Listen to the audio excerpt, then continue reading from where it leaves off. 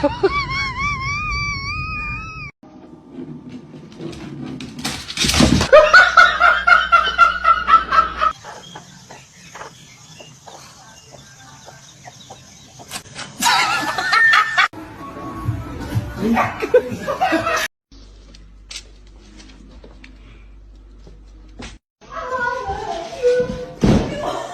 for the...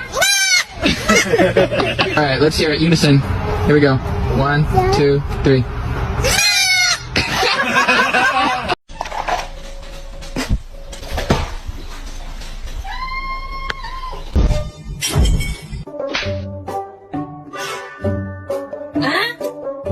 What?